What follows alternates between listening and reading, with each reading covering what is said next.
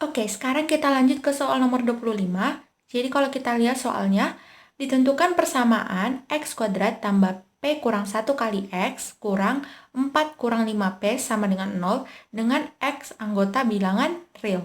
Jumlah kuadrat akar-akarnya akan mencapai nilai minimum untuk p sama dengan. Oke, berarti di sini kita disuruh untuk mencari nilai p-nya gitu ya. Oke, di sini kalau kita lihat soalnya ini berbeda gitu ya dari soal-soal sebelumnya.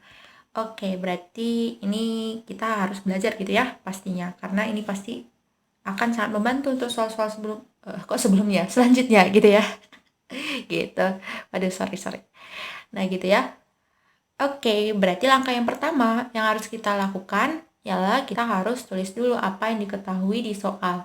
Nah, di sini yang diketahui di soal itu pastinya persamaan kuadratnya gitu kan, yaitu x kuadrat tambah p kurang 1 dikali x kurang 4 kurang 5p sama dengan 0. Nah, di mana x itu adalah anggota bilangan real. Gitu ya. Jadi kalau anggota bilangan real berarti kalau ini tuh ada angkanya gitu maksudnya. X itu bisa diganti menjadi angka. Gitu ya. Gitu. Jadi kita tulis persamaannya seperti ini di bawah. Seperti ini. Nah, lalu yang ditanyakan tadi adalah nilai P kan? Di mana apa? Jumlah kuadrat akar-akarnya akan mencapai nilai minimum. Oke, berarti di sini yang ditanyakan adalah nilai P, di mana syaratnya adalah yes, jumlah kuadratnya itu mencapai nilai minimum. Oke, karena kita udah tahu nih apa yang diketahui di soal dan yang ditanyakan, maka kita langsung ke penyelesaian untuk menjawab soal ini. Oke, langkah yang pertama seperti biasa kita tulis dulu persamaan kuadratnya. Jadi kita tulis x kuadrat tambah p kurang 1 dikali x kurang 4 kurang 5p sama dengan 0. Nah, di sini kita coba misalkan akar-akarnya itu x1 dan x2 gitu ya. Nah, di sini untuk menulis akar-akarnya bebas gitu ya. Mau kalian buat alfa dan beta juga gak masalah gitu. Cuman kali ini biar lebih enak kita buat x1 dan x2 saja gitu ya. Oke, seperti biasa, berarti dasarnya dulu kita cari, yaitu jumlah akar dan kali akarnya. Dimana kalau kita cari jumlah akarnya, berarti itu berapa ya? Min B per A kan? Nah, di sini B-nya pastinya dari koefisien variabel X. Nah, di sini B-nya itu P kurang 1. Berarti min B berarti min kali P kurang 1 per A. A itu berarti koefisien dari variabel X kuadrat, yaitu 1. Jadinya ini kalau dibagi dengan 1, berarti tinggal pembilangnya aja kan? Nah, berarti pembilangnya kita kalikan dengan negatif. Jadinya kita kalikan ini kali ini berarti min P, terus yang ini itu jadi min kali min 1 jadinya plus 1 kan. Jadinya 1 kurang P. Atau P min P tambah 1 juga gak masalah kan. Cuman biar lebih enak kita tulis aja 1 kurang P gitu. Nah, ini X1 tambah X2 gitu ya. Karena apa? Karena tadi akar-akarnya adalah X1 dan X2. Jadi kalau jumlah akar, yes, X1 tambah X2 gitu ya. Nah, itu untuk jumlah akar. Sekarang kita ke kali akar. Nah, kali akar itu kan berarti C per A. C-nya berapa yuk? Nah, yang ini kan, yaitu min kali 4 kurang 5P. A-nya berarti, yes, koefisien dari variabel X kuadrat, yaitu 1. Nah, jadinya min kali P kurang 5P, terus per 1 berarti kan menghasilkan pembilang itu aja kan. Nah, pembilangnya tinggal kita kali min. Jadi, min kali 4, itu min 4. Terus min kali min 5P jadinya plus 5P. Jadi kan harusnya min 4 tambah 5P kan. Cuman biar lebih enak kita tukar posisikan aja atau komutatifkan menjadi 5P kurang 4. Nah gitu ya. Nah ini adalah X1 kali X2. Kenapa? Karena akar-akarnya X1 dan X2. Jadi kalau kali akar berarti tinggal kita kalikan X1 dengan X2. Nah itu ya untuk dasar-dasarnya. Waduh kok seperti ini. Niat mau hapus malah kecoret gitu ya. Oke. Kita lanjut. Nah di sini kita ke syaratnya gitu ya. Syarat yang ditanyakan tadi. Sorry ya. Jika jumlah kuadratnya minimum, berarti kita harus cari nih jumlah kuadratnya. Nah, jumlah kuadrat itu maksudnya gimana, Kak? Gitu kan? Nah, jumlah kuadrat itu maksudnya kita mengkuadratkan dulu masing-masing akarnya, lalu kita jumlahkan. Beda hal kalau dia kuadrat jumlah akar-akarnya. Kalau kuadrat jumlah, berarti kita jumlahkan dulu, baru hasil jumlahnya itu kita kuadratkan. Gini loh maksudnya. Kuadrat jumlah, berarti akar-akarnya itu kita jumlahkan dulu, X1 tambah X2, yang ini kita jumlahkan dulu, lalu kita kuadratkan. Nah, beda hal kalau dia jumlah kuadrat. Berarti kuadratnya dulu kita utamakan. Berarti di sini X1 kuadrat dan X2 kuadrat, lalu kita jumlahkan. Nah, inilah dia. Jadi, jumlah kuadrat itu maksudnya X1 kuadrat tambah X2 kuadrat. Oke? Nah, di mana dari sini kan kita uraikan kan, X1 kuadrat tambah X2 kuadrat, di mana kalau kita uraikan menjadi X1 tambah X2 dikuadratkan, dikurang 2 kali X1 kali X2. Nah, ini untuk penguraiannya, ini udah kita bahas di soal sebelumnya gitu ya. Kalau nggak salah di soal nomor 23 dan 24 sudah kita bahas. Nah, bagi teman-teman yang masih belum paham, teman-teman bisa belajar di materi segitiga Pascal. Kenapa? Karena itu sangat membantu gitu ya. Karena kalau segitiga Pascal nanti pangkatnya itu sampai pangkat N gitu. Ada pangkat 1, pangkat 2, pangkat 3, pangkat N. Nah, gimana cara mengkalikan itu gitu. Jadi, lebih gampang kalau kita gunakan segitiga Pascal gitu ya. Jadi, kalau kalian masih bingung, kalian bisa belajar dari sana gitu ya. Gitu. Jadi, kalian bisa tinggal search di YouTube atau di Google gitu ya. Oke, kita lanjut. Nah, di sini berarti kita tinggal substitusikan aja gitu kan. Nah, berarti X1 tambah X2. Berarti yang mana nih? 1 kurang P. Berarti 1 kurang P dikuadratkan, dikurang 2 kali X1 kali X2. Nah, berarti X1 kali X2-nya itu adalah 5P kurang 4. Berarti 2 kali 5P kurang 4. Nah, jadinya ini kalau kita kuadratkan, jadinya apa yo? 1 kurang 2P tambah P kuadrat. Nah, di sini untuk mengkuadratkan persamaan kuadrat, ini aku yakin teman-teman pasti udah paham gitu kan. Cuman bagi teman-teman yang masih belum paham, teman-teman bisa lihat di playlist aku di soal persamaan dan pertidaksamaan gitu ya. Jadi di situ aku udah jelasin bagaimana kita cara memfaktorkan dan cara mengkalikan persamaan seperti ini gitu ya. Gitu. Nah, di sini kita lanjut aja gitu ya. Oke, aku yakin teman-teman pasti udah paham kok.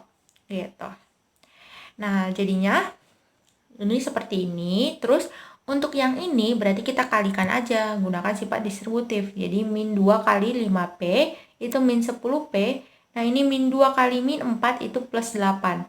Jadinya kita dapatkan dari sini 1 kurang 2P tambah P kuadrat kurang 10P tambah 8. Oke, berarti kalau kita lanjut, maka ini berarti kan kita ambil ini P kuadrat kan?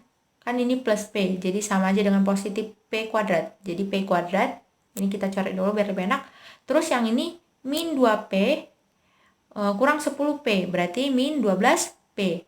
Terus 1 tambah 8 itu 9. Jadi kita dapatkan hasilnya itu adalah P kuadrat dikurang 12P tambah 9. Nah, di mana? Ini kan tadi hasil dari jumlah kuadratnya tadi kan? Di mana apa? Ini itu kan tadi syaratnya jumlah kuadratnya minimum. Dan kalau kita lihat di sini, ini tuh kan P kuadrat kurang 12P tambah 9. Di mana ini tuh kan jadi dalam bentuk persamaan kuadrat lagi gitu kan? Ya dong. Karena apa? Karena dia itu mempunyai variabel P yang berderajat 2. Nah, gitu ya. Gitu. Jadi dari sini kan kalau persamaan kuadrat itu kan pasti akan mencapai nilai minimum atau nilai maksimum gitu kan. Nah, di mana kalau dia mencapai nilai minimum maka koefisien dari variabel P kuadrat itu harus positif gitu ya. Dimana kalau kita lihat di sini koefisien dari variabel P kuadrat itu 1. Nah, saat itu kan lebih dari 0. Berarti apa? Positif. Jadi kalau dia positif maka dia itu terbuka ke atas. Nah, kalau dia terbuka ke atas, maka maksud dari nilai minimum itu ialah puncaknya. Puncaknya itu ada di bawah. Beda hal kalau dia seperti ini. Berarti kan puncaknya maksimum. Ibaratnya kalau kita naik ke puncak gunung gitu kan. Pasti kan maksimum ke atas kan, bukan maksimum ke bawah. Maksimum ke bawah harusnya kan maksimum itu kita buat jadi minimum kan. Kan istilahnya gitu. Nah, jadinya kalau seperti ini dia maksimum, dimana kalau dia maksimum nanti ini tuh harus negatif. Nah gitu, makanya ini memenuhi dia dalam bentuk atau mencapai nilai minimum. Kenapa? Karena dari sini koefisien dari variabel P kuadrat itu 1, gitu ya. Nah, jadi andai katalah seperti ini, persamaan kuadratnya gitu kan. Nah, ini koefisien dari variabel X kuadratnya kan 1. Nah, 1 itu kan dia itu minimum, ya kan? Kenapa? Kan minimum. Karena apa? Karena 1 itu lebih dari 0. Jadi, kurva ini juga bakal minimum untuk variabel X. Dan ini dia minimum untuk variabel P. Nah, gitu ya. Jadi kalau misalkan ada soal nanti persamaan kuadrat, terus nanti yang ditanyakan ini juga minimum, artinya apa? Nanti jumlah yang ditanyakan itu syaratnya itu akan termasuk bukan akan termasuk, tapi akan masuk ke dalam persamaan kuadrat lagi gitu. Jadi ini udah persamaan kuadrat, yang ditanyakan juga akan mencapai persamaan kuadrat juga gitu. Itulah maksud dari soal ini. Nah, gitu ya. Gitu. Jadinya dari sini kita akan mencari P puncaknya. P puncaknya gitu ya. Jadi kan kalau P puncak itu kan itu rumusnya min B per 2A kan. Jadi misalnya kalau ada gimana ya jelasinnya biar lebih enak. Gini, ada X dan Y gitu kan. Nah, di sini kalau misalkan puncaknya di sini, berarti di sini itu ada X puncaknya dan Y puncaknya. Nah, gitu. Jadi, maksudnya yang mencapai nilai minimum itu adalah Y puncaknya. Nah, supaya terbentuk Y puncaknya ini minimum, maka harus ada X puncaknya minimum. Yaitu apa? Yes, yaitu P puncaknya. Gitu. Jadi kan ini kan dalam bentuk variabel P kan. Berarti kita harus cari P puncaknya supaya dia mencapai nilai minimum. Atau hasil dari substitusi P puncaknya ini akan mencapai minimum. Nah gitu maksudnya. Gitu ya. Aku yakin teman-teman pasti paham gitu ya maksud penjelasan aku. Tapi kalau misalnya kalian masih bingung, kalian bisa tanya gitu ya di kolom komentar. Jangan sungkan-sungkan untuk nanya gitu ya. Gitu. Oke, jadi kita cari P puncaknya gitu ya. Supaya apa? Ini minimum jumlah kuadratnya. Jadi istilahnya ini jumlah kuadratnya itu adalah ini P puncak. Berarti ini itu jumlah kuadrat puncaknya gitu. Gimana sih bilangnya? Pasangan, kalau misalkan X puncak, berarti pasangannya kan Y puncak. Jadi ini P puncak, berarti ini juga bakal jadi jumlah kuadrat puncak. Gitu loh. Gitu ya. Oke. Kita lanjut gitu ya. Nah, di sini berarti P puncaknya itu berarti kan rumus X puncak itu kan min B per 2A kan. Nah, min B per 2A. Nah, berarti kalau di P puncak, berarti istilahnya itu jadi min B per 2A juga. Gitu. Jadi, kita cari min B per 2A. Nah, di sini B-nya itu kan berapa ya? Min 12 kan. Jadinya min kali min 12 per A. Kok per A? Per 2A. Sorry. Per 2A. Berarti A-nya itu berapa? Yes, koefisien dari variabel P kuadrat, yaitu 1. Nah, berarti 2 kali 1 kan? Nah, jadinya min kali min 12. Berarti 12 per 2 kali 1, 2. Jadi 12 per 2 itu 6. Nah, jadi kita dapatkan nilai P-nya kan, karena ditanyakan adalah P, itu adalah 6. Gitu ya, jadi sesuai dengan yang ini. Gitu. Jadi kalau misalkan ditanyakan P jika jumlah kuadratnya minimum gitu kan, ada syaratnya berarti kita cari P puncaknya. Gitu. Misalkan kalau ada yang lain gitu, nilai X jika jumlah kuadratnya minimum berarti X puncak gitu ya. Nah gitu. Nah jadi jawabannya opsi D gitu. Oke, di sini ada cara lain gitu ya untuk mengetahui bagaimana cara mendapatkan nilai P ini lagi. Oke, seperti biasa kita cari juga jumlah kuadratnya. Jadi kita cari seperti ini. Cuman untuk mencari nilai P, di mana dia kalau mencapai nilai minimum, kita gunakan cara diferensial atau cara turunan. Nah, ini tuh kalau aku gitu ya, waktu apa gitu, materinya itu di kelas 11 gitu ya, atau di kelas 12 juga ada gitu. Sedangkan persamaan kuadrat kalau nggak salah itu di materi kelas 10 ya kalau nggak salah gitu ya. Jadi kalau kelas 10 belajar materi ini agak susah gitu ya kalau belajar diferensial.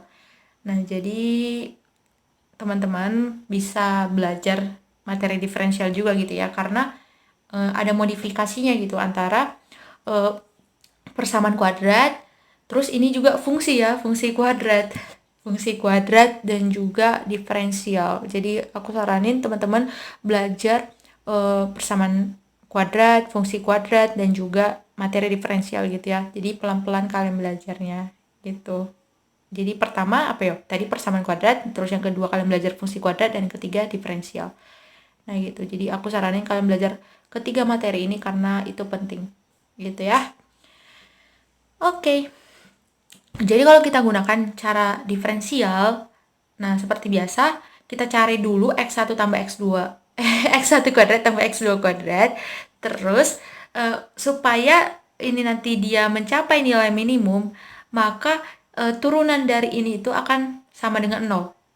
Sebetulnya nggak hanya nilai minimum ya, nilai maksimum juga. Jadi syarat sesuatu persamaan itu dia mencapai nilai minimum ataupun dia mencapai nilai maksimum, maka turunan dari persamaannya itu akan sama dengan 0.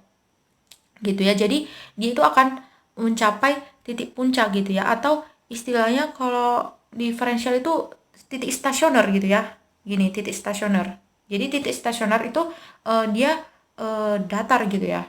Sedangkan kan ada fungsi naik, fungsi turun gitu ya.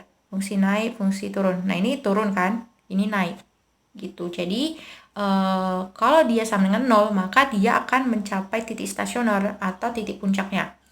Gitu ya. Oke, berarti kita turunkan saja. Nah, di sini aku yakin teman-teman pasti bisa gitu ya menurunkan persamaan kuadrat. Nah, bagi teman-teman yang masih belum paham, bisa belajar lagi gitu ya di konsep materi diferensial gitu. Oke, berarti kita turunkan saja. Ini P kuadrat, jadinya 2P. Ini jadi min 12 kan. Terus yang ini jadi 0. Jadinya 2P kurang 12 sama dengan 0. Dimana ini itu kita pindahkan min 12 ke kanan. Jadinya 12 kan. Jadinya ini 0. Jadinya 2P sama dengan 12.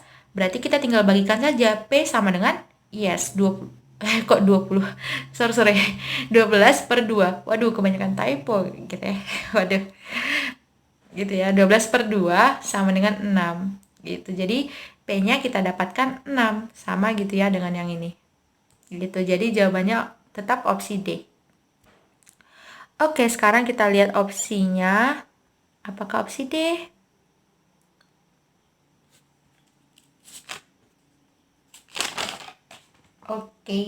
Oke. Pas ya, opsi D. Dimana P-nya sama dengan 6. Gitu deh. Oke, jawabannya opsi D.